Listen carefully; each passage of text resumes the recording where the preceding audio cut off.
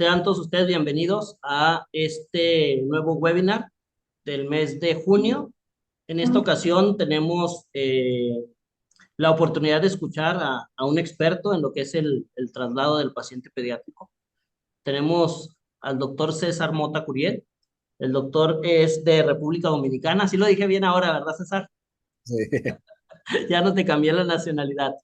República Dominicana, el doctor es pediatra, especialista en emergencias y cuidados críticos por parte del Hospital Pediátrico Robert Reid Cabral. Él es coordinador de posgrado de emergencias pediátricas, coordinador de educación de la Sociedad Latinoamericana de Emergencias Pediátricas también, especialista en traslado pediátrico crítico y tiene un diplomado en sonografía de urgencias. En esta ocasión, pues nos va a compartir la plática de traslado en el paciente pediátrico crítico. Adelante, César. Bueno, buenas noches a todos. Noche aquí en Santo Domingo, son las 9 de la noche. Me dijeron que es tarde allá, así que buenas tardes. Y los demás que me estén escuchando o lo van a ver luego de manera asincrónica, pues quiero decir que estoy muy agradecido por la oportunidad. Es un tema muy importante para nosotros, los pediatras que hacemos medicina de emergencia y también los médicos generales que hace medicina de emergencia. Entonces, agradecerle a la asociación por la oportunidad. La verdad que me siento muy honrado. Aparte de la amistad que siento por Eulogio, también me siento muy afortunado que profesionalmente me piensen y poder compartir aquí con ustedes. Voy a compartir mi presentación. Vamos a empezar. Nada, ya Eulogio dijo lo más importante, que soy pediatra, soy especialista en emergencias, soy miembro de la Sociedad Latinoamericana de Emergencias Pediátricas, donde soy parte del grupo de trabajo de transporte pediátrico neonatal. Eh, Quiero comenzar hablando un poquito sobre medicina de emergencia. Y no sé si conocen a este señor. Este señor se llama Peter Rose. Peter Rose es considerado el padre de la emergenciología. Y una de sus frases más emblemáticas es decir, yo creo que el peor médico de emergencia es aquel que no toma una decisión. Puede que al tomar la decisión no esté en lo correcto. Quizás deba de cambiar esa decisión, pero lo peor que puede hacer un médico de emergencia es estar estático e indeciso. Entonces, yo creo que diciendo esto, comienzan a presentarse los problemas de emergencias pediátricas porque hay que trasladar el paciente. ¿Y por qué hay que trasladar el paciente? Bueno, porque el paciente se puede lesionar en cualquier lugar, pero no todos los pacientes se pueden atender en cualquier lugar. Quizás tú estás en un nivel de atención uno, 2, nosotros llegamos hasta el 4. Quizás un nivel 2 que no tengan los recursos para hacer una atención integral a este paciente. Quizás no tiene recursos médicos. Quizá tú no tienes un Eulogio Muñoz en tu departamento y necesitas trasladarlo con esas abundantes habilidades que él tiene y la experiencia. O quizá no tenga ese equipo que tiene en el hospital, en mi caso, en el Robert Reed, o no tenga un hospital de alta gama como lo que hay en la Ciudad de México y tú estás en otro lugar y hay que trasladarlo. Y hay cosas que hay que trasladarlo también por cosas que nosotros tenemos que entender, porque eso es parte de, digamos así, del diario vivir, de la parte filosófica, económica del especialista de emergencia, que simplemente el paciente prefiere que lo lleven a ese centro. Quieren que lo lleven donde está el doctor Muñoz, quieren que lo lleven donde está el doctor Eric, porque ese es su doctor y ahí que se siente bien. Y el lado oscuro, que no nos enseñan en la escuela de medicina, hasta hay que trasladar al paciente porque simplemente la aseguradora no te cubre en este centro y se te puede dar una atención inicial, pero hay que trasladar al paciente. Entonces, se presenta el problema que hay que trasladar al paciente y hay que tomar esa decisión para trasladar al paciente. Ese es mi país. Como pueden ver, hay un poema muy bonito de Pedro Emil, que es dominicano, que hay un país ubicado en el mundo en el mismo trayecto del sol. Ese es mi país, República Dominicana, en el mismo trayecto del sol. Y le quise señalar cómo más o menos se dan los traslados en mi país. Hay por lo menos 4 hospitales pediátricos grandes. 3 de ellos están ubicados aquí, lo que es Santo Domingo, nuestra capital, y lo que es en Santiago, que es la parte norte, le decimos el Cibao. Pero tanto de lo que es el este del país, donde están viendo aquí, lo que es Higüey, La Romana, San Pedro y la parte sur del país, Pedernales, Barahona, tienen una población importante y se trasladan muchísimos pacientes. Y estamos hablando que hay aproximadamente 480 kilómetros en todo lo que compete en líneas transversales de mi país. Entonces, se tiene que trasladar a esos pacientes y eso es lo que nosotros vemos al momento de trasladar al paciente. Y siempre recalco este documento que hizo la Federación Internacional de Medicina de Emergencia, porque también hay que trasladarlo cuando hablamos de las condiciones, porque nuestra emergencia pediátrica necesita mucho posibilidades para mejorar. Tenemos muchos baches, digamos, en relación con lo adultos. Y creo que ya hice un webinar sobre los desafíos, no quiero volver a hablar de esto. Y cuando vemos las consideraciones que se crean los servicios de emergencia, tienen muy poca consideración lo que es en pediatría, lo cual nos lleva a que quizá tú tengas un hospital general y necesites trasladar a este paciente a un hospital pediátrico. Y eso pasa en Latinoamérica y eso es lo que analizamos en mi país sobre las emergencias pediátricas, que son pocas las que están adecuadamente equipadas y que tienen algunos desafíos, digamos, arquitectónicos, para decir, estructurales y de espacio. Entonces, dos cosas. Uno, no todas las emergencias pediátricas están bien equipadas, por ende hay que trasladar al paciente. Y otro, pues de las que están equipadas, también tiene desafíos arquitectónicos y debemos estar preparados para recibir esta clase de pacientes que necesitan ser trasladados. Entonces, ya ver que tomar la decisión de trasladar al paciente conlleva mucha acápites. Cuando hicimos el estudio sobre cómo es el traslado de los pacientes pediátricos, cuáles son esas características, nos dimos cuenta que la gran mayoría eran por lo que es pacientes con trauma múltiple, pacientes con distrés respiratorio, pacientes que tienen un abdomen agudo, pacientes quemados. A mi experiencia de mi hospital, nosotros somos uno de los centros de quemado de referencia. Nosotros hicimos muchos pacientes quemados, paciente con estatus convulsivo, paciente con trauma cefálico severo. Y lo que quiero tratar de decirle es que estamos hablando de pacientes muy complejos. Entonces, ese traslado no puede hacerse a la ligera. Es un traslado que tiene que llevar un sinnúmero de pasos y entender que en el traslado del paciente se manejan patologías muy importantes.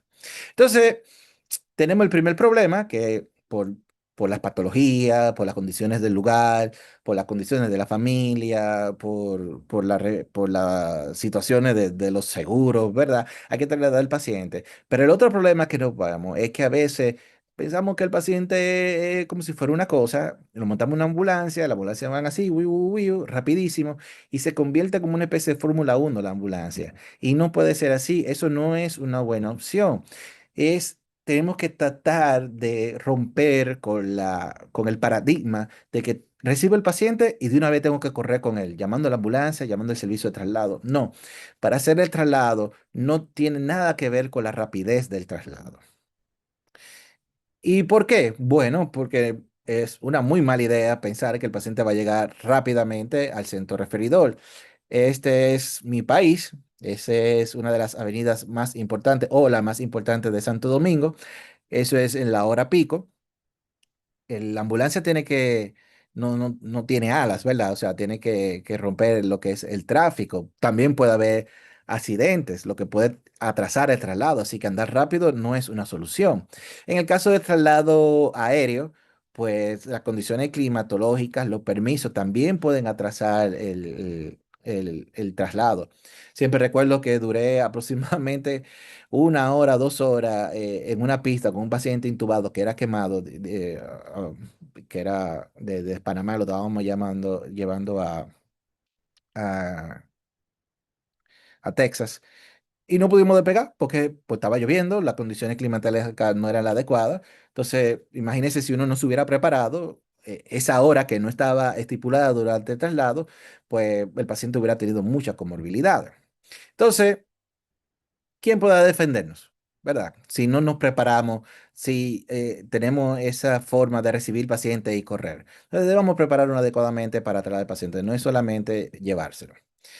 Eh, es el hospital de Johns Hopkins, es el hospital Cincinnati Children's, los mejores hospitales pediátricos de Estados Unidos. Así se ve la fachada del hospital donde yo trabajo, que es el hospital número 1 pediátrico de Santo Domingo. Esto es parte del equipo de nosotros. Ahí tenemos médicos emergenciólogos, residentes, nuestras enfermeras muy buenas. Y lo que quiero decir con todo esto es que tampoco recibir y correr es una muy buena idea, o sea, no debe ser lo primordial, porque nada asegura que el paciente entre por la puerta de Johns Hopkins, que entre por la puerta de Cincinnati, que entre por la puerta de Robert Rick Cabral con este excelente equipo. No mágicamente el paciente va a mejorar. A veces tenemos ese pensamiento que hay que llevarlo rápido, no tenemos la palabra dominicana, huyendo, que hay que llevarlo huyendo, porque como que si pensamos que cuando entre por esa puerta ya se va a mejorar el paciente. No, debemos entender que el traslado del paciente al centro especializado es un tratamiento de soporte, no curativo. Y si no entendemos eso, no solamente se vuelve de soporte, sino que se puede agregar comorbilidades a ese paciente. Es tener la teoría de que mejor es el paciente trasladado adecuadamente que prontamente. ¿Qué quiere decir? Bueno, que cuando voy a trasladar a mi paciente, debe ser igual o mejor la atención durante el traslado. ¿Ok? Y cuando vemos los estudios, lo que nos damos cuenta es que el paciente cuando se traslada, hasta cambiarlo de camilla, le crea comorbilidades. Hay un mayor riesgo del paciente que tiene una puntuación alta cuando se traslada, se puede complicar. Y lo que queremos llegar es que no importa cuánto tú dures haciendo una buena fase del traslado, que el traslado no influye en la mortalidad de los pacientes cuando se va a trasladar, por ejemplo, el crítico a una unidad de cuidado intensivo. Entonces, ¿qué necesitamos para hacer un traslado adecuado? Bueno, que se cumplan las partes de transporte, tener, sí, equipos y formación, obviamente, y unas buenas unidades de transporte. Vamos de manera bien pausada, vamos a hablar un poquito de cada uno de esos. ¿Ok? Con la fase del transporte, yo creo que lo más importante, y creo que nosotros como países latinoamericanos nos falta un poquito mejorar con lo que es la activación y el control médico.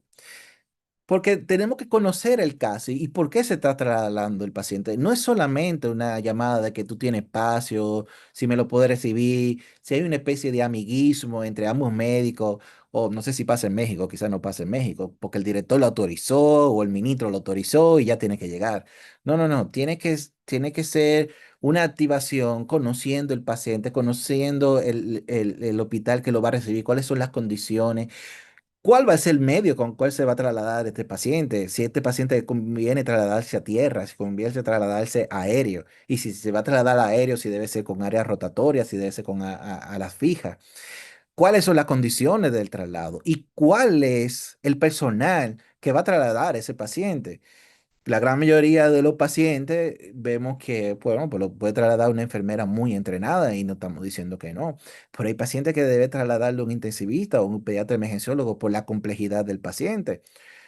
Y obviamente porque el paciente necesita trasladarse y no porque no esté ese personal no se debe dar. Por eso hay que designar un equipo adecuado. Y no solamente eso, el médico emergenciólogo no tiene el uso multiclone de sombra, o sea, no se puede dividir en 7. Quizás necesite no solamente una enfermera, necesite un terapista, necesite o dos enfermeras. Todas esa primera fase de transporte, lo que es la activación, el control médico, eh, a lo que veo y hablamos en el grupo de trabajo, creo que es una parte de mejora en nuestro país latinoamericano. Luego lo que es la estabilización, que creo que lo hacemos muy bien, siempre y cuando no andamos corriendo y huyendo con el paciente, o sea, lo recibimos y lo corremos. Yo sé que de manera muy segura sé que hay muy buenos pediatras latinoamericanos que sabemos por lo menos estabilizar bien el paciente. Y ya la última parte, que es lo que es el traslado propiamente dicho, que es pensando lo que es las medidas de seguridad y entendiendo qué le puede pasar a mi paciente durante el traslado y para eso tenemos que conversar un poquito sobre fisiología del transporte. Yo creo que lo más importante es que todo lo que nosotros hagamos lo tenemos que pensar en la seguridad del paciente. Debemos tener una cultura de organización. Y puedo decir que el dominicano tiende a ser no muy organizado, tiende a ser muy osado. Y creo que estoy hablando más por mi país, nos falta esa cultura de organización. Por eso es muy importante esa primera fase de activación y control médico, que tiene que conllevar una comunicación, pero también tiene que llevar liderazgo. Tienen que traer a esos líderes de los servicios de emergencia, esos líderes paramédicos que le apasionen este tema, para que crean esos cambios, siempre pensando en la seguridad del paciente. Entonces, un transfer comunicativo, esto lo trae el Manual de Transporte Pediátrico del Hospital de Valdejón en Barcelona. Pues pensar en lo que son las P y las A. La P es la presentación del paciente, qué prioridad tiene, los parámetros de los vitales y los datos del paciente. Que importante porque usted no está trasladando, yo siempre digo, cuando doy el taller al servicio 911 de mi país, usted no está trasladando un saquito de papa, usted está trasladando un ser humano que tiene una historia, que tiene un nombre, que tiene una edad, y todo eso importa. Eh, y no solamente que una persona también viene con una documentación que preparó un médico, que es importante. Esa documentación clínica no se puede perder. Y el médico referidor también tiene que hacer una muy buena hoja de documentación clínica. Y no solamente eso, lo que hacen el traslado también deben tener una buena documentación de lo que ha pasado durante el traslado o lo que no pasó durante el traslado para saber y tratar de tener una visión integral del paciente que es trasladado. Y obviamente, en el caso de nosotros, porque somos pediatras, a veces se nos olvida que el niño viene con su mamá o papá. Y también los padres son parte del traslado. ¿Ok? Y también preguntas. Y esto es una crítica que yo debo hacerlo justamente a personas como yo, ¿verdad? Que tenemos títulos y somos el emergenciólogo. Dígale al personal que lo trasladó si tiene alguna pregunta, si hay algo que te inquietó, porque quizás él tiene una inquietud de lo que pasó durante el traslado, que puede ser muy importante para la información del paciente. Entonces, a veces nos reciben el paciente, o sea, nos están entregando el paciente y ya queremos como que acabe rápido. Sí, ya, entrégamelo. Dame los vitales. Sí, sí, bueno, pues ya, muchas gracias. Pues no, no, no. Vamos a tener una comunicación, vamos a tener una, una, una dinámica efectiva, que todo eso es para la seguridad del paciente. ¿Ok? Y entonces lo que hacen paramédicos, lo que son enfermeros paramédicos, les pido disculpas si a veces nosotros los médicos andamos súper rápido y no le damos el chance a responder sus preguntas o si quieren decirnos algo del paciente. Yo asumo la culpa y pido perdón. ¿Ok? Entonces, parte del transfer, como lo hubiera dicho, era saber cuál va a ser el medio con que se va a trasladar ese paciente. Y debemos conocer algunas características de los medios. Por ejemplo, el medio terrestre, casi siempre hay muchas ambulancias disponibles. Si hay un tiempo de espera de una ambulancia, pues no puede, el tiempo no debe ser tan largo. Ahora, cuando se va a hacer un traslado aéreo, pues ya si tiene las disposiciones de la aeronave o la clima, ¿verdad? Pues se podemos decir que es dudosa. Y más importante de lo que el helicóptero. Yo he hecho poco vuelo en helicóptero y yo lo voy a decir la verdad, ese pajarito como que no está hecho para volar. O sea, el helicóptero dicen que es bien seguro, pero la aerodinámica y eso a mí el helicóptero es muy, muy sensible a las presiones atmosféricas, los climas. Entonces, la disponibilidad del helicóptero también puede ser dudosa por el clima. Ok, entonces también el ambiente. Debemos entender que todas tienen una, una cabina limitada. O sea, sí hay ambulancias terrestres que no sé si en su país pasa igual que aquí. Aquí hay como que básica, avanzada. Eso está muy bien, pero ninguna se compara como una sala de emergencia o se compara como una unidad de cuidado intensivo. Así que no vamos a decir que ninguna cabina en ninguno de estos es como que ideal, pero más lo que son las aeronaves, las capacidades son muy limitadas y en el helicóptero son súper limitadas. Entonces, des en cuenta que durante el traslado debemos pensar estas cosas. Y también el tiempo. El tiempo en la ambulancia terrestre, por ejemplo, como le hablé, puede haber accidentes, puedes ver tráfico, puede ver lo que es un problema eh, con el vehículo también, que es muy frecuente, pues se pinchó una goma, por ejemplo. Eh, Goma es, se dice igual, creo que goma es la rueda del vehículo. Todo puede pasar. Ahora, el avión, el helicóptero, sí, puede ser muy justo si todo va muy bien, porque deben tener un itinerario, se sale a tal hora, se llega a tal hora, pero las condiciones de tiempo y a veces la condición del paciente puede hacer que el traslado se atrase, porque muchos aviones de ala fija, por ejemplo, a veces el paciente está muy inestable, ya tenga por un proceso, por un problema pulmonar, tiene que bajar a un nivel, a lo que llamamos a sea level, entonces hace que el combustible se gaste más rápido y eso puede hacer que el aeronave no vuele tan rápido como quisiera o puede hacer lo que se llama lo que es paradas no programadas, que es sumamente raro. Entonces todo eso tenemos que hablarlo durante el transfer y las consideraciones de clima ya lo hablamos. Luego vamos a hablar un poquito sobre la fisiología. Entonces, este ha sido, para que conozcan un poco, este es lo que ha sido mi experiencia. O sea, yo trabajaba en una compañía privada que buscábamos pacientes con con ala fija de todo lo que son las islas menores, Jamaica, Puerto Rico, y se trasladaba la gran mayoría de esos pacientes a lo que es Colombia, Estados Unidos, pero también me ha tocado viajar con pacientes bien críticos, como lo hablé, desde Panamá a Estados Unidos, trasladé dos pacientes quemados, gran quemado en realidad. Trasladado pacientes de Indonesia también. Entonces, las condiciones de lo que es traslado del tiempo va a ser muy variable y hay que personalizar por cada paciente. Lo que es la parte de la estabilización, pues eh, debemos entender que si el paciente se va a trasladar, pues va a tener problemas durante el traslado. Y cuando tú recibes ese paciente, tienes que estabilizarlo. Y cuando lo investigamos, pues nos dimos cuenta que muchos pacientes presentan hipotensión, presentan baja saturación, pueden tener alteración metabólica, alteración del sensorio, lo cual debemos entender que son niños en una cabina que es limitada, que tenga alteración del sensorio, que esté irritable, que no se quiera estar en el asiento o en la camilla, pues puede ser algo que puede ser problemático a la hora de trasladar al paciente, que el paciente necesite un soporte de inotrópico o un paciente que tenga un estrés respiratorio que necesite un, un aseguramiento de lo que es la vía aérea. Entonces, muchos factores que dieron complicaciones o se asociaron a las complicaciones durante el traslado, pues la conocemos muy bien. La misma distancia del hospital, o sea, influye en las complicaciones del paciente porque si más sea la distancia, pues mayor será el tiempo.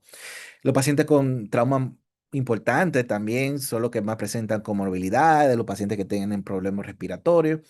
Y los pacientes que cuando a tú estabilizarlo, lo encontraste hipotenso o lo encontraste desaturado, son pacientes que se van a desestabilizar muy probablemente durante el traslado. Entonces, la moraleja de todo esto es que hay que tratar de hacer una mejor estabilización posible antes de mover el paciente, ya sea en la escena, lo de prehospitalaria o de hospitalaria cuando el traslado es de manera coordinada. Eh, Creo que por si hay médicos generales aquí, yo creo que uno de los retos de los enfermeros y médicos generales es las dosificaciones. Aquí le dejo tres aplicaciones, que la primera es gratis, las otras creo que hay que pagarlas, que hablan sobre dosis, algoritmos, que son muy buenas, pero nosotros, la Sociedad de Emergencia, tenemos el libro de medicamentos de emergencias pediátricas. Ustedes lo pueden encontrar así mismo en Google y entonces ustedes lo ponen, perdón, y le va a aparecer unos cuadritos que van a aparecer los kilos del paciente. Usted le da un clic y le va a aparecer todo lo que usted necesite de ese paciente, las infusiones, las drogas. El libro, la verdad, que está muy bueno y también se revisa. Creo que toca una revisión en este año. Y algo que a veces se tiende a olvidar cuando estamos trasladando al paciente pediátrico es sobre la seguridad y la movilización. Recordar, por ejemplo, nosotros tenemos un problema sumamente serio en República Dominicana, es que últimamente los padres no están comprando el car seat y la verdad que ha sido un dolor de cabeza ver esos niños que, para que tengan la idea, se ponen como si fueran maraquitas delante en el carro cuando tienen accidente. El car seat hay que utilizarlo. El car seat es tan importante para nosotros y hay una recomendación que usted no va a mover el niño del car seat. Si usted llegó a la escena y el niño está en el car seat, eh, traslade al niño con todo y car seat, porque si un car seat certificado, pues le ha dado la protección, la seguridad a ese paciente, evalúa ahí lo mejor que pueda, a menos que sea sumamente necesario, se mueve el paciente, ese lactante del car seat. ¿Ok? Ya después hay diferentes formas de trasladar el paciente, diferentes dispositivos, cada cual tiene sus ventajas y sus desventajas. Ya esa parte habrá que personalizarlo del paciente y de las condiciones de la ambulancia. Entonces lo traigo de forma de broma porque quiero que se quede muy importante. No sé si recuerdan este capítulo. A mí me encanta este capítulo que cuando Joey quiere aprender a hablar francés. Vamos a ver si... Claude. Je te coupe, Claude. Let's try it again. Okay. Je m'appelle Claude. Je t'appelle Lou. Not quite what I'm saying. Entonces, yo quiero que por favor no le pase como a Joey, que aparentemente tenía una fascia auditiva, estaba diciendo algo y no lo podía repetir. Yo creo que podamos repetir todos juntos esta frase. Las pequeñas cosas que no resolvimos para estabilizar el paciente, ya sea en tierra, ¿verdad? Esto lo hablé más para una charla de traslado aéreo. Será un gran problema en el aire. Entonces debemos que tomarnos el tiempo para estabilizar nuestro paciente. Esas pequeñas cosas, por más pequeña que usted la vea, puede ser un gran problema durante el traslado. ¿Por qué? Porque el traslado propiamente dicho tiene fisiología. Hay efectos que son psicológicos, ¿verdad? El miedo, la ansiedad y todo influye en el niño. Y debemos también tratar de saber cómo vamos a mejorar estos traslados. Ya sea en el niño le ponemos las tablets, audífonos. Ese era un niño que yo trasladé, que era cardiópata, tenía un canal AB y también tenía un poquito, se estaba pensando en un falo en realidad. Lo único que no estaba muy claro del cateterismo, pero parece que sí, porque cada vez que lloraba y se inquietaba, pues se ponía azulito. Entonces, pues con el simple hecho de cargar la mamá, de darle un bobo, porque el movimiento de la ambulancia, la sirena, pues causa mucho efecto psicológico en el paciente y tenemos que hacer lo posible para que en el traslado esté lo más confortable posible. Ahora, el efecto fisiológico, debemos conocerlo, que son la aceleración, las vibraciones, el ruido, la temperatura y la altitud.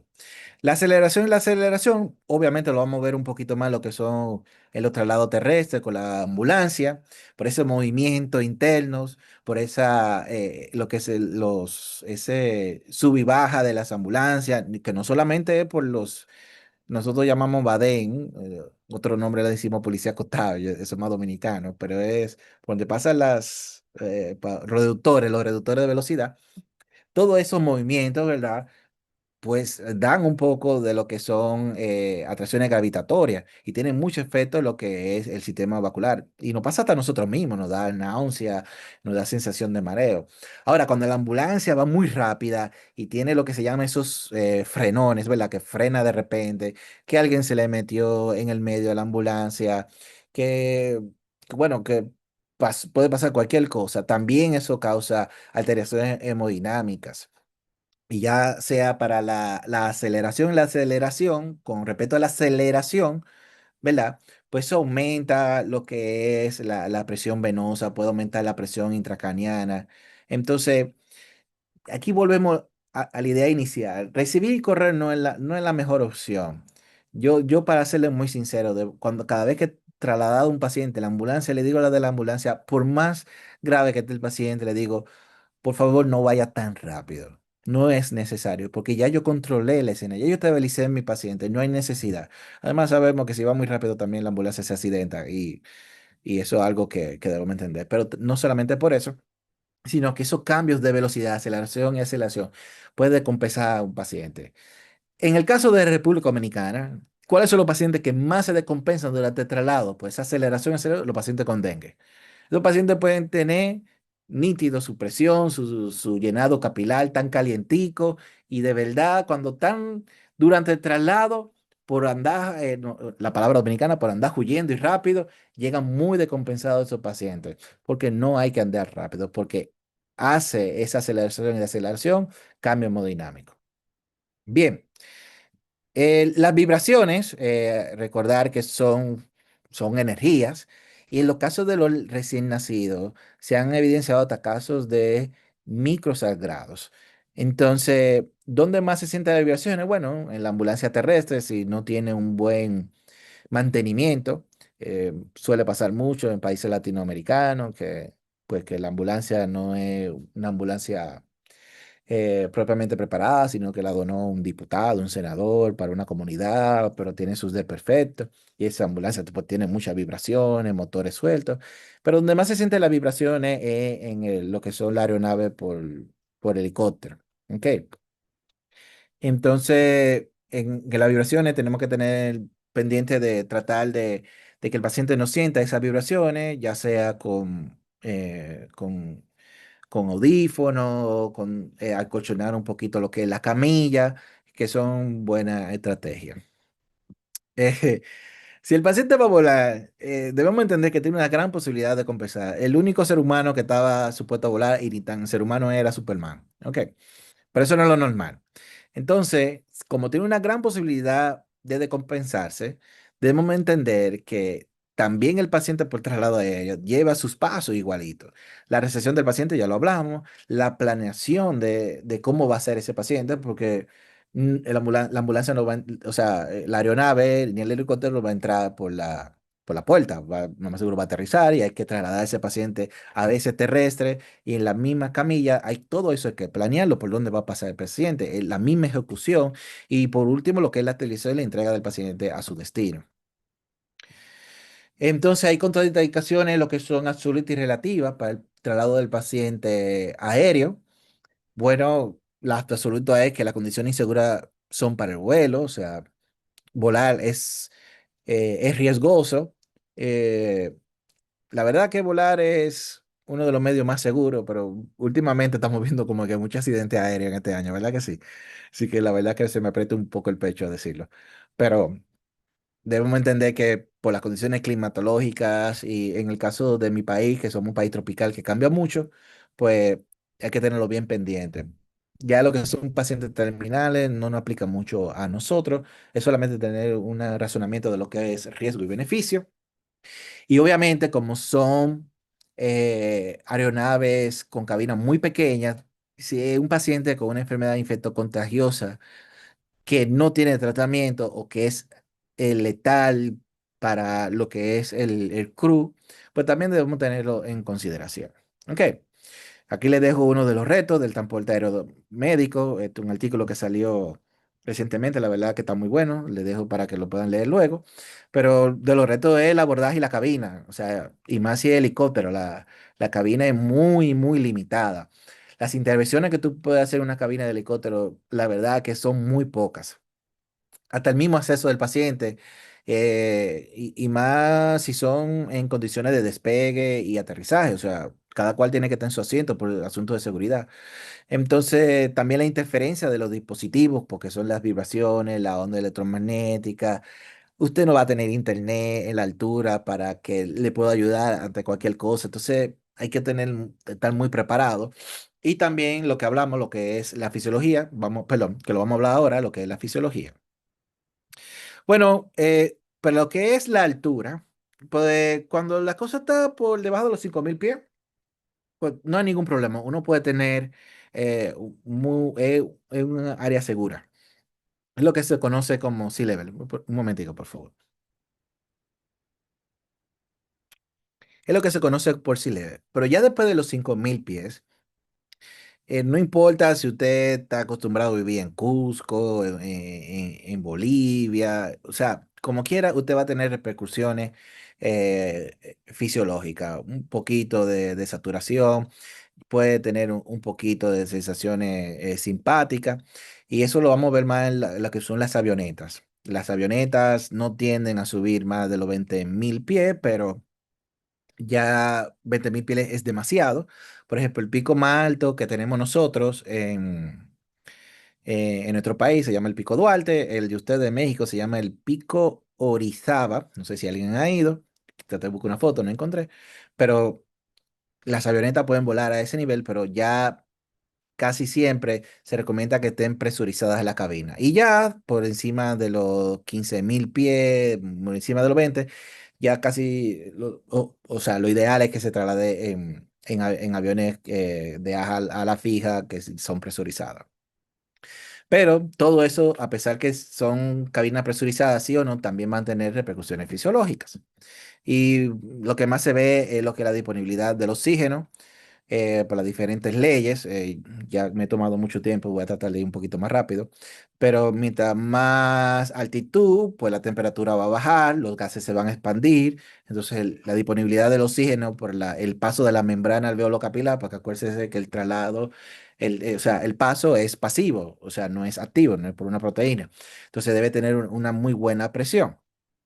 Entonces, también entender que como esos gases se van a expandir, lo que son las cavidades gástricas, el baloncito del tubo endotraqueal, pues también pueden expandirse y eso puede traer complicaciones al paciente.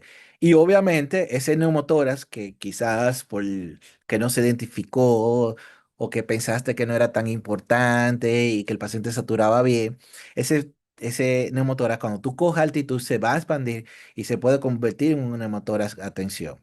Y en el caso de los niños, porque tienen los senos paranasales inmaduros, pueden traer mucho lo que es dolor de cefalea. Entonces, imagínese un paciente con trauma craneal que tú le induzcas una cefalea, eso puede traer problemas al paciente. Entonces, son consideraciones que hay que tener. El ruido, ya lo hablé un poquito. Tenemos que hacer lo mejor para tratar de eliminar ese estresor hablando al paciente, poniéndole audífonos. Los pacientes a veces te trasladan lo que es ese baby pop, que es la imagen de arriba, pero tratar de acolchonarlo muy bien para que no sienta lo que son esas vibraciones del ruido. Las consideraciones neonatales no voy a entrar mucho de eso porque la verdad que no traslado mucho neonato, solamente he trasladado dos, o sea, tengo poca experiencia. Pero aquí les dejo un gráfico que me gusta muchísimo y entender lo de la temperatura de la incubadora. ¿Ok? No voy a entrar mucho en ese detalle. Estos son algunas mnemotecnias para el traslado neonatal. Lo que sí quiero enfatizar en esta última parte, y ya casi estamos acabando, eh, yo creo que debemos resaltar lo que es la seguridad y los factores de humano. O sea, no sé si pasa en México, pero por ejemplo los dominicanos tenemos un comportamiento muy arriesgado. Por eso recalco mucho lo que es la fase de lo que es el control médico y lo que es la activación. O sea, no podemos tomar las cosas muy a la ligera. Debemos tener esa cultura de seguridad, no precipitarnos, hacer un planeamiento que sea importante, no un planeamiento escaso, como que, bueno, pues lo lleva y porque lo mejor. No, no, no. A veces conversaciones de 5 minutos hacen la diferencia. Y obviamente creo que tenemos entrenamiento insuficiente. Le puedo hacer la pregunta, ¿en cuáles de sus programas de pediatría o en lo que fueron en las universidades se les dio entrenamiento de traslado? En mi país, pues muy poco. La verdad que es muy nuevo, pero eso es algo que hay que reflexionar. Y también lo que hacen el traslado, pues son 5 o 6 personas y se sobreusa. Entonces son pacientes, son personas personal que tienen fatiga acumulada. Entonces necesitamos más personas que entrenadas, que trabajen en traslado para que no tengamos fatiga acumulada. Entonces, creo que lo que nos falta un poquito más de resiliencia. Obviamente estoy hablando de mí, estoy hablando de mi país. Quizá México pues tiene todo esto resuelto, pues sé que México pues la medicina la tiene muy en serio. Pero una reflexión que lo hago a mí y lo hago para Latinoamérica. Entonces, lo que es equipo y formación, porque estamos hablando de entrenamiento, aquí les dejo un par de estudios donde habla la importancia de que sea entrenamiento. Hasta en los equipos fallan menos cuando el paciente es tratado con un equipo que está entrenado. Hasta los equipos. Ok.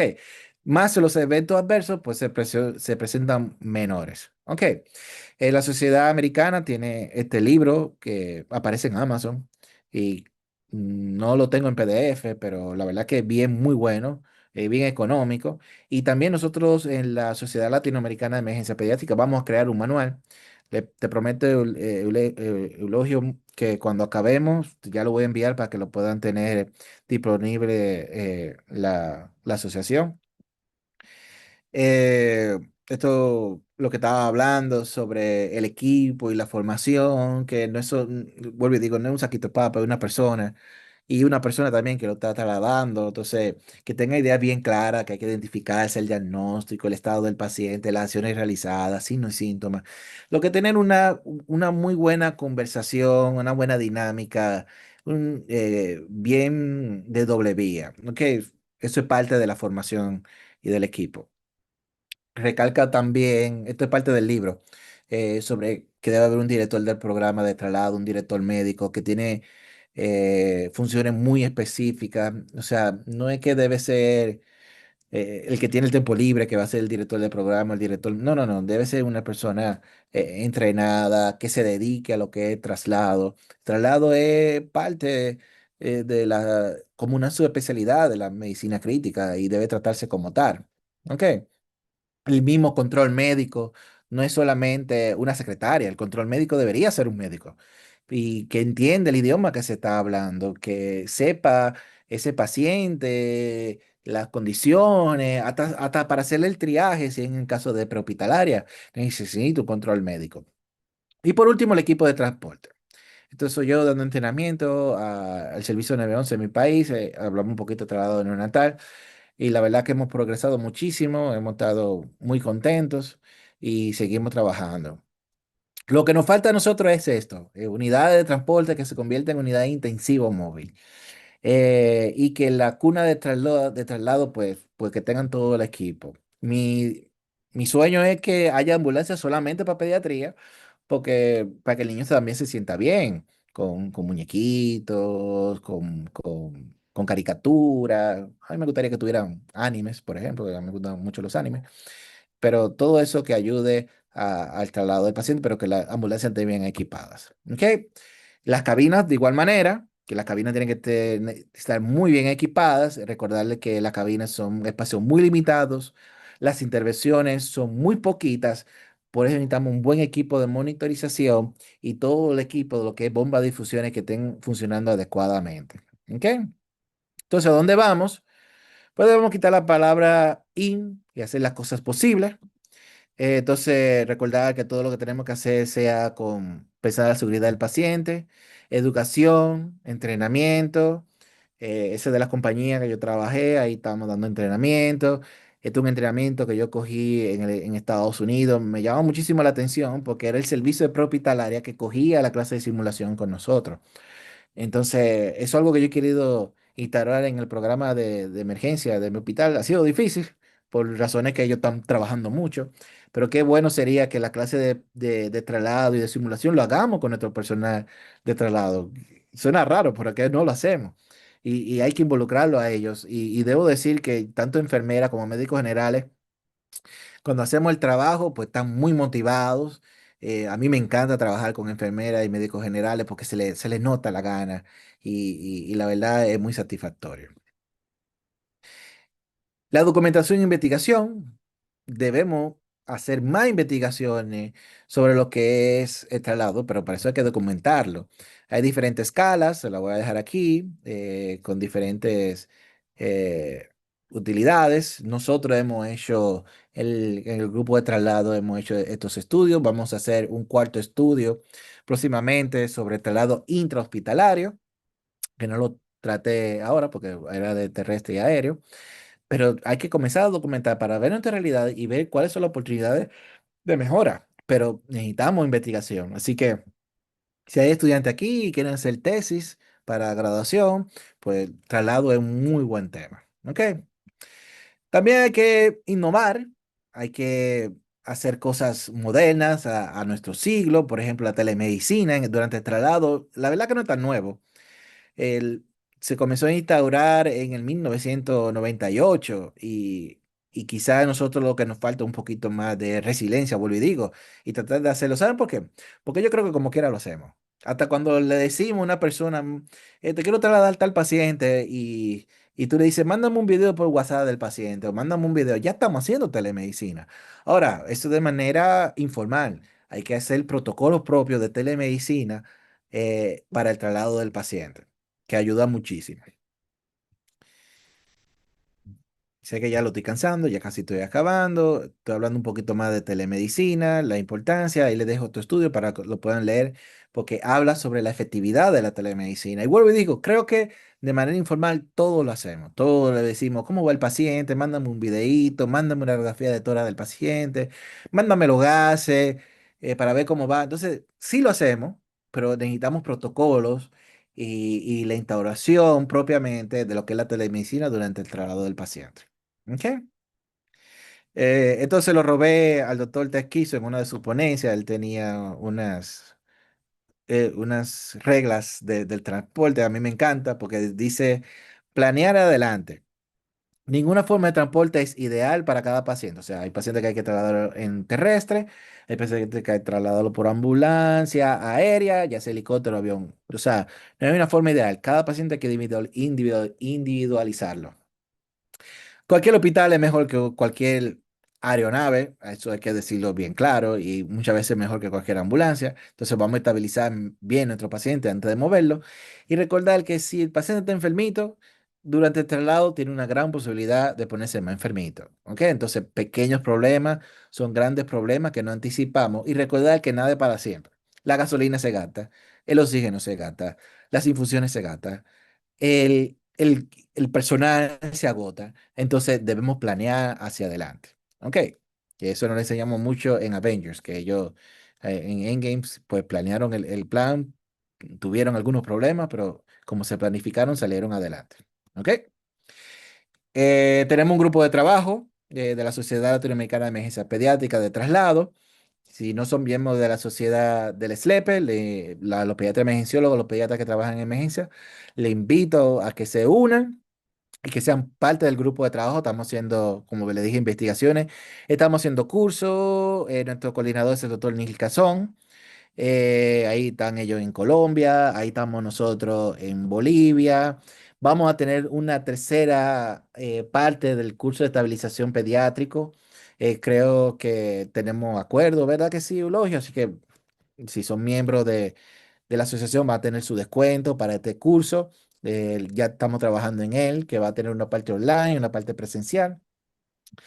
Y quiero agradecerle porque he hablado muchísimo, perdón. Yo espero que lo que están viendo de manera sincrónica lo pongan en 1.5 o 1.2 para que no duren tanto escuchándome. Y les dejo esta frase que me la digo a mí mismo. No basta hacer el bien, las cosas hay que hacerla bien. Muchísimas gracias, un abrazo caluroso aquí desde la República Dominicana. Gracias, Elogio, y gracias a todos por su atención. Una pregunta, me voy a tomar el atrevimiento. Adelante, adelante, César. Sí, veo que el paciente intubado con neumotamponamiento es mejor insuflar con agua o aire hablando de traslado aéreo. Bueno, lo mejor es insuflar siempre con agua, lo que no vas a llenar la capacidad de la bolsita con agua. Ok, no lo puedes insuflar con aire porque acuérdate que cuando vas a coger altura, pues los gases se van a expandir y entonces puede provocar más daño. A mí me gustaría hacer un comentario, César, Sí, claro. en relación a lo que comentaste hace ratito, la simulación. Fíjate que anteriormente no le dábamos tanta importancia, pero hemos visto que cobra mucha importancia últimamente la simulación. Y es importante hacerlo. Los pilotos, ellos aprenden con simulación hasta que finalmente están ya ante la aeronave, ¿no? Entonces, de ahí fue que se tomó la idea de que nosotros también podemos aprender a través de la simulación para posteriormente poder estar ante el paciente de manera presencial. Pero me llamó mucho la atención lo que tú dijiste y me gustaría recalcarlo. Es importante que la simulación la hagamos con nuestro personal. Eso es muy, muy importante porque es muy cierto, o sea, no lo hacemos. Tenemos a nuestro personal y no lo hacemos, no hacemos la simulación. Y entonces perdemos la posibilidad de mejorar día con día. Así es, y son nuestros compañeros. A veces, por ejemplo, ya yo conozco lo del servicio 911 y nos saludamos y eso. Son nuestros compañeros. Y lo más importante es la seguridad del paciente. Los pacientes van aprendiendo, el personal paramédico van aprendiendo, van tomando iniciativas. Casualmente la semana pasada vino un paciente con dificultad respiratoria y me dice el paramédico, doctor, usted me va a excusar, pero él estaba respirando medio raro, y, pero no me parecía un problema respiratorio. Y yo me quedo como, ¿qué es lo que me está diciendo? Entonces yo le hice una glicemia y me salió en high. Y yo, pero mira, ya tú estás comenzando a identificar que no solamente los pacientes que respiran raro el problema respiratorio, era un paciente que estaba debutando en cetoacidosis diabética aparentemente, y así fue. Pero es cuando él aprendió eso, porque hace 2 meses me dijo él, no, pues yo me acuerdo, doctor, una vez que usted tuve con uno, que había un paciente respirando raro, y yo estaba pasando por ahí, estaba dejando un paciente, y usted dijo alguna glicemia, y eso a mí se me ha quedado. Oye, eso, él pasó por ahí, escuchó eso, y por eso le saltó un bombillito. Imagínate un entrenamiento constante con nosotros, por lo menos mensual o 2 veces al mes. Yo creo que es algo que nosotros debemos tratar de integrar en nuestro servicio de emergencia, y más si hay escuela de emergencia. Sí, claro, sin duda. Aquí el doctor Jonathan nos comenta, dice, a veces hacemos traslados de más de 8 horas de forma terrestre con pacientes complicados, pudiéndose implementar de alguna forma otras alternativas. Y en efecto, ¿no? Cuando vemos que los traslados pueden ser de recorrido largo, a veces habría que preguntarnos si es mejor el traslado aéreo que el traslado terrestre, ¿no? De hecho, era una de las preguntas que te quería hacer, sin embargo, lo contestaste durante la plática, ¿no? ¿Qué es mejor, terrestre o aéreo? Realmente no hay una respuesta a qué es No. mejor, sin, tenemos que individualizar a nuestro paciente para poder tomar la mejor decisión en relación a qué va a ser mejor para nuestro paciente. Y algo que comentaste es básico, saber que cualquier unidad hospitalaria va a ser mejor que cualquier ambulancia por más preparada que esté la ambulancia. Desafortunadamente, y lo tengo que decir, son muy pocas las unidades que tenemos realmente bien equipadas para poder hacer un traslado de la manera correcta. La mayoría de nuestras ambulancias no cuentan, inclusive ni siquiera aquí en México no cuentan con lo necesario para poder hacer un traslado de manera adecuada, ¿no?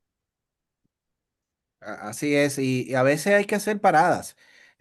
Doctor Jonathan, yo creo que 8 horas, yo no me atrevería terrestre. Yo tendría que coordinar por lo menos una parada, porque o sea, más de 2 horas en una ambulancia terrestre, creo que estamos hablando más de 150 kilómetros. Yo creo que es muy arriesgado. Si lo voy a hacer así, yo coordinaría una parada en uno que otro centro. A veces ni siquiera para el paciente, para uno mismo. ¿Tú sabes lo que está 8 horas en una ambulancia? Así, una ambulancia que son bien inestables. O sea, creo que debe haber una mejor logística. Entiendo que si no hay otra forma, se hace lo que hay que hacer, pero creo que por eso hablé sobre la resiliencia, no dejar las cosas dado por dado. Yo creo que hay cosas que se puede mejorar. Puede haber hasta centros para eso, centros propios para, eh, para que se coordine cuando los traslados son muy extensos, que ese centro sea especializado para relevo, para descanso y traslado de pacientes, por ejemplo. Eso no puede ser una alternativa. Exacto. Y fíjate también algo muy importante. Ahorita mencionaste, yo te iba a preguntar acerca de alguna checklist que tendríamos que hacer con nuestros pacientes. Sin embargo, pues lo contestaste también durante la charla, ¿no? Las P's y las A.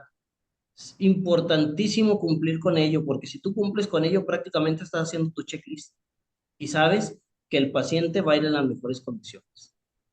Y lo que hablaba también sobre la documentación, para investigaciones también. Si tú no tienes un checklist, tú no vas a saber qué te falta y no vas a saber qué te faltó, tú no vas a saber cuáles son las posibilidades de mejora.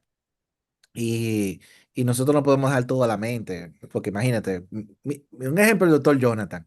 Si el doctor Jonathan tiene 8 horas trasladando a un paciente, ¿con qué gana él va a escribir luego que traslade un informe y eso? No, lo va a tener que hacer sobre la marcha. Entonces, es bueno tener esa clase de formularios o checklists que te ayudan para la seguridad del paciente. Vuelvo y digo, yo creo que algo que tenemos que entender, todo lo que estamos haciendo en el traslado es para la seguridad del paciente. Sí, exactamente. Pues César, nuevamente agradeciéndote tu tiempo y haciendo la invitación, ¿verdad? A que si no son miembros todavía de la Sociedad Latinoamericana de Emergencias Pediátricas, pues pueden hacerlo. Pueden pedir los informes a nosotros, al doctor César, a cualquiera de los dos, para poderles enviar lo necesario para que puedan inscribirse. De igual manera, los que no son miembros de la Asociación Mexicana de Urgencias Pediátricas, les invitamos, también pueden serlo, aun y cuando estén en otro país, también pueden ser miembros de nuestra asociación con los beneficios que conlleva. Dentro de ellos, pues les recuerdo, tenemos ahorita el taller de cetoacidosis diabética, se inició la semana pasada, el jueves, el día de mañana se da la segunda parte y la próxima semana se da la tercera parte. Es un taller buenísimo en donde la primera plática que se dio fue de fisiopatología, la segunda va a ser el manejo del paciente con cetoacidosis y la tercera va a ser el traslado de insulinas. Posteriormente, durante el mes de junio vamos a tener el segundo simposio internacional de ecografía pediátrica en áreas críticas, que va a estar muy, muy bueno. Por ahí el doctor César nos va a compartir una charla también y algunos otros compañeros nos van a poder enriquecer con su conocimiento. En el mes de julio vamos a tener el taller de toxicología, en el cual vamos a hablar también de las diferentes drogas de abuso, el envenenamiento por animales de ponzoña. Vamos a hablar acerca de la importancia y la necesidad de lo que es el lavado gástrico, si se debe hacer o no se debe hacer, el manejo con el carbón activado, cómo debe ser de manera correcta. Posteriormente vamos a tener el taller, el curso en conjunto con otorrinolaringología, en donde vamos a dar las pláticas de urgencias otorrinolaringológicas, y en esta ocasión vamos a invitar tanto a gastroenterólogos como a alergólogos que nos van a estar apoyando y enriqueciendo con sus pláticas, y posteriormente pues tendremos el simposio de sepsis en el mes de septiembre, y en el mes de octubre, del 28 al 31 de octubre, vamos a tener nuestro 29 Congreso Nacional de Urgencias Pediátricas y segundo Congreso Internacional de Urgencias Pediátricas, que se va a llevar a cabo en la Ciudad de México, en el Hotel Belair. El día 28 vamos a dar los talleres precongreso, que van a abarcar el taller de cetoacidosis diabética, toxicología, accesos vasculares ecoguiados, bloqueos ecoguiados y medicina crítica en urgencias. El doctor César lo tomó con nosotros el año pasado, el de medicina crítica en urgencias, quedó fascinado, entonces se los recomiendo, y vamos a tener muy buenos ponentes también durante nuestro congreso.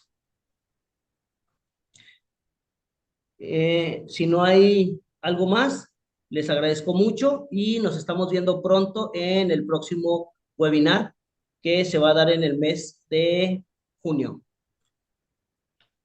César, muchas gracias. Nos estamos Hasta viendo. luego. Un abrazo, bendiciones. Igualmente, un abrazote.